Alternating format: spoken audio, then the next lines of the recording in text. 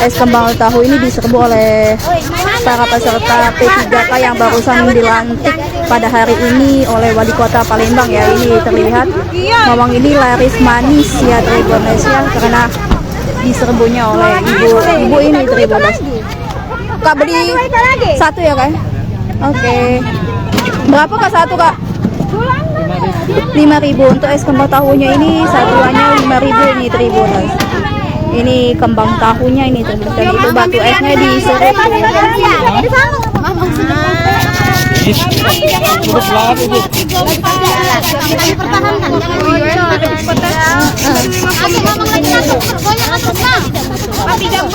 Ngapa dia usah Kak?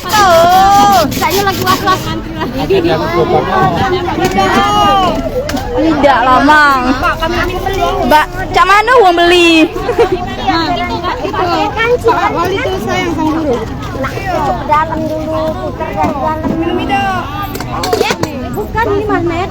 434. Bisa enggak pakai ini kami? Ya. Mang pakai kancing. Nah, diseduh itu dengan gula merah tuh Tribuners. Dengan campuran jahe. Rasanya. Iya ya, dosa. Tinggal nyosok ini. Ya, aku nak balik dulu ya. Nak ganti sepatu ya. Laris manis.